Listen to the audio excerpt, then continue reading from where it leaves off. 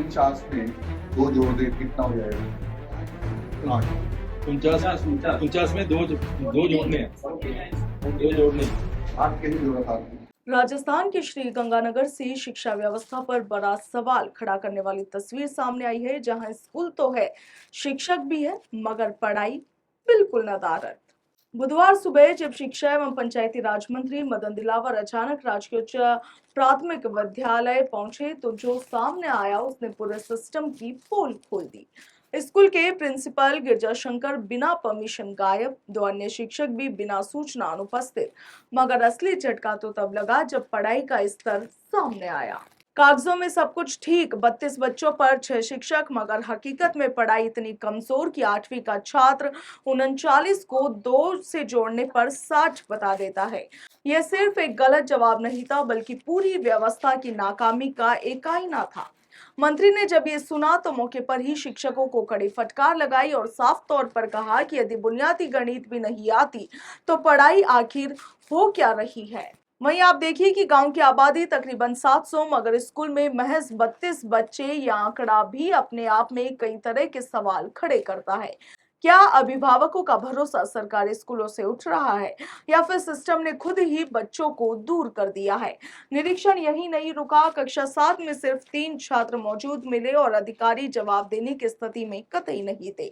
जब मंत्री ने सीडीईओ से पूछा कि क्या कभी स्कूलों का निरीक्षण होता भी है, तो जवाब में सिर्फ कार्रवाई का आश्वासन ही मिल पाया। इसके बाद सूरतगढ़ के भगवानगढ़ स्थित स्कूल में भी हालात कुछ अलग नहीं थे। यहाँ पर आप देखिए कि स्कूल अपडेट हो चुका, मगर बोर्ड बिल्कुल पुराना।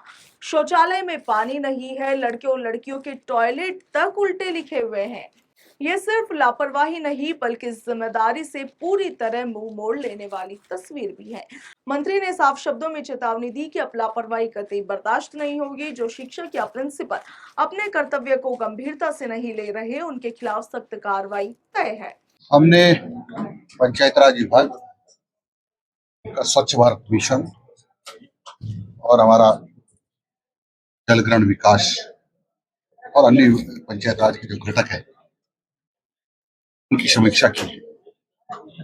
स्वच्छ भारत मिशन में अधिकांश ग्राम पंचायतों में ठीक काम नहीं हो रहा है। सख्त निर्देश दिए और जितना हमने देखा है और जहाँ न्यूनता पाई है उनके खिलाफ सख्त कार्रवाई करें। सर, लगातार लोग यहाँ पे पंचायत समितियां हैं, उसकी जो पंचायतों हैं वहां से शिकायतें मिल रही हैं।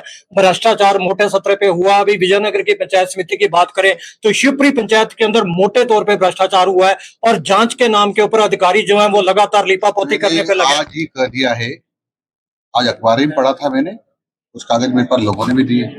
सबका 15 दिन के अंदर जांच करके कहा है। सर, विजयनगर पहले और जो 15 दिन के अंदर जांच नहीं करके देंगे तो जिन अधिकारी को निर्देश है उनके खिलाफ भी कार्रवाई करूंगा, और ये दे देते हैं तो यदि न्यूनता पाई जाएगी तो उनके खिलाफ भी। मगर सवाल अभी भी वही है कि क्या सिर्फ निरीक्षण और फटकार से शिक्षा का स्तर सुधरेगा, या फिर सिस्टम में गहरे बदलाव की जरूरत है? क्योंकि जब 8वीं का बच्चा 39+2 का जवाब नहीं दे पाता तो ये महज एक स्कूल की कहानी नहीं रहती, बल्कि पूरे भविष्य पर लगा एक बड़ा सवाल भी बन जाती है।